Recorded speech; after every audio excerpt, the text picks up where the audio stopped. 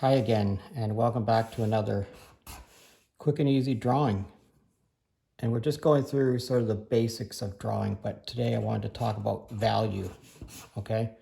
So value is really, we're talking about light and dark, okay? So how we create light and darkness in a drawing.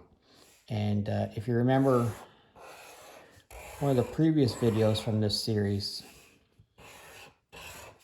was the cube, all right? And the cube is just a square, and then a 7, join like corners, we get that, all right? So say in this particular example, the light was coming in this direction. That would mean this side would be dark, right? Or not necessarily dark, but less light than these sides. So one of the ways that I create value is by hatching. And hatching is just simply a series of lines that are placed close together or further apart, depending upon how dark you want to make something. And it's just that. It's no more difficult than that. And then if you want to make it look less dark, you're going to put the lines slightly further apart. Okay? So if I want this part down here to be dark, I could just simply hatch more of it in there. Same with this side. So if I want this side to be darker, I can just simply keep putting more lines in until they get closer and closer together. Now we don't normally do this with pencil. I do it with pencil. Usually with pencil, the darkness is created with smoothly connected layers of graphite, but that's not how we do it with pen. With pen, we do it with hatching. All right, so counter to that is cross hatching. And cross hatching is simply exactly as the name suggests, it's a series of lines that go across the previous hatching. And what you'll see is you start to build up a lot of darkness. And you can even go cross those existing lines and make it even darker, okay? You can do the same here, okay?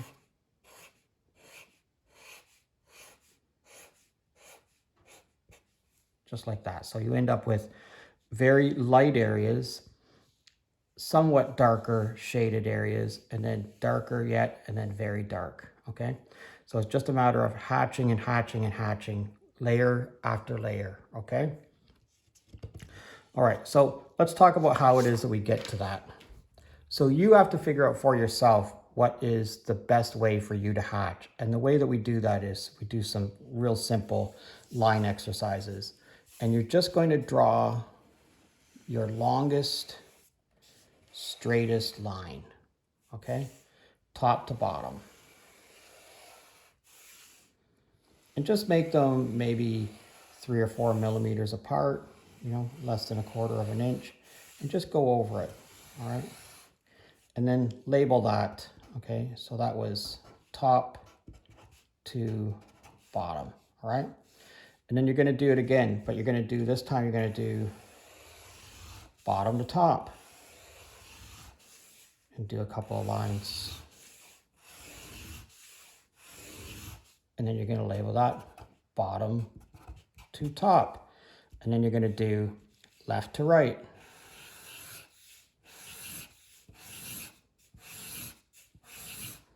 Right? Just go left to right. Then you're gonna go right to left. Right? Right to left. And then seriously evaluate it. So look at it and go, which one of these is my straightest line? I know, and it's not even which one is the straightest line, which one is most comfortable for you. I know top to bottom for me is always my straightest line. It also feels the most comfortable, okay? And these other ones I can do because I practiced them a million times, but they're not as comfortable to me. So what is your straightest line, but also which line feels the most natural to you? So here's why that is important, okay? So here is my landscape drawing, and I'm going to put a horizon line in that goes from here to here, okay? My straightest line is not left to right or right to left, but I need to put a line across there. All right, you ready for the magic? You turn the page and you draw your straight line. Okay, that's the magic.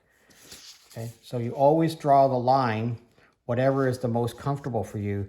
And for me, the most comfortable is top to bottom, not left to right or right to left. So you just turn the page. That's all the magic that you need to know about drawing. You just simply turn the page to get your straightest line. But you have to figure out which one of these is the straightest line for you. All right? All right, let's get back to value for a minute. All right, so one of the exercises that you really need to do is you need to do a value scale. And you need to do this, you know, if I say to you, you need to do this once, I mean like once a day. That's the best way to get really good at drawing, is just repetition. That's all there really is to it. If this is 1, 2, 3, 4, 5, 6, 7, 8, 9, 10. Hey, that worked out for me. All right. This is going to be the lightest and this is going to be the darkest. All right.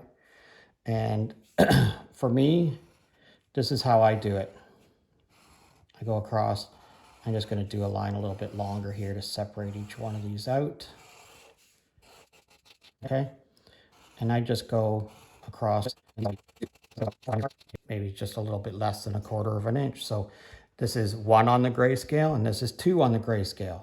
So 3 is just going to simply be a line in between these. So essentially all I do is I'm making all these. This is the sheet, no way to do this. To be fun individual. That's just right. 3, right? So 4 is going to be a few more lines. So essentially you can get rid of some of the white space, right? So 4 done. So the next one's 5, so you can get rid of a little more white space. And then you gotta keep going along here. You can get rid of more and more white space. So that'll be 5. Now we're on 6. So that's 6 done. So now we're at 7. You can get rid of more white space. Right, so that's 7 done. So now you're at 8. So you're really going to get rid of a lot of white space here. Right, that's 8 done. Now 9, you can get down to virtually no white left at all. Keeping all of your lines very, very systematically vertical like that. Okay, so that's 9 done, and then 10. You're trying to wipe out every bit of white space that there is. Okay, so you see you start to get to a point where like 7 and 8 and even 8 and 9 start to look the same, but you can see how this gradually gets darker. All right, so that's an exercise that you need to do all the time, and you also need to do it so that you would have I'm going to just do this really quickly here. You would also need to do this with cross hatching, and with cross hatching, I will tell you it is quite a bit easier.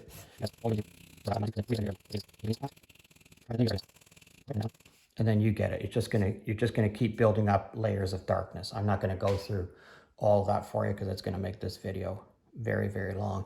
But what you end up being able to do with this type of exercise is you end up being able to do your cube, right? And this could just as easily be a house.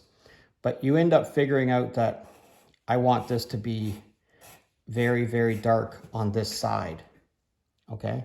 So what it is that I'm going to do is I want to make this area right here the darkest. So I'm just going to put in more and more layers of hatching and cross hatching. And I want this side to be not quite as dark, and I want it to be lighter over towards here. You know, my light source is coming in this direction, right? So maybe I want it to be a little bit darker down here. And I can just keep building up the layers and layers and layers of hatching. All right. I guarantee you, if you get into this idea of practicing things like lines, grayscale, hatching, cross hatching, drawing the cube, drawing the sphere, drawing the cylinder, it will make you into a way better artist. I can guarantee you, I do this all the time, and it makes my life so much easier. So what it is I really want you to do is I want you to get to the point where drawing things like this, drawing really simple things like a cylinder, figuring out how to put my hatching in to make it look like there's dark areas, there's light areas, but also keeping it so that it looks like it's curved, right? You want to have things like that, you know, drawing the cylinder and then putting curved hatching on to represent it as a curved object. If you draw a cylinder and you put straight hatching on it, it will not look like a curved object. But putting curved hatching on it, right, so this one's wrong. Putting curved hatching on it makes it look 100 times better. All right, I want you to give all of these a try. I want you to let me know how it is that you're making out. I really want you to, you know, use the comment section. If you're having trouble with this, let me know. I'll make another video to sort of straighten it out. But I really want you to get into this idea of curved hatching, making curved objects look curved, but also, you know, figuring out how to do these grayscales. I guarantee you it'll make you a better artist. All right, this is my new book, Watercolor Adventures.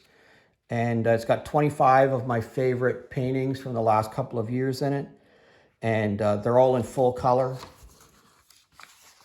And each one of these has a QR code on it. So not only do you get to see the actual painting, the way that it really looks, not the way that it looks on YouTube, but the way it actually looks. But if you use this QR code and you scan the QR code with your phone or with your iPad or whatever, it will take you to the video of me actually making this, all right? And if you wonder how to use the QR codes, I have a little description over here, how to use the QR codes. But yeah, these are some of my, this actually painting here is the one that's on the front cover. Probably one of my favorite paintings that I've ever done, really, not just in watercolor, but overall. It has 25 of my favorite paintings in it. And I really hope you, you know, click on the link in the description. Go and check it out. It's available on Amazon. I really do appreciate each and every one of you. And I can't stress this enough. I love this community that we've built. I love the fact that, you know, people send me stuff. You're welcome. Here's my email address. You're welcome to send me stuff. I'd love to see your paintings. I really do. Each and every one of you are truly special to me. And I thank you all for watching. I hope you have an amazing day. I hope all of your paintings go well. Thanks a lot for watching me.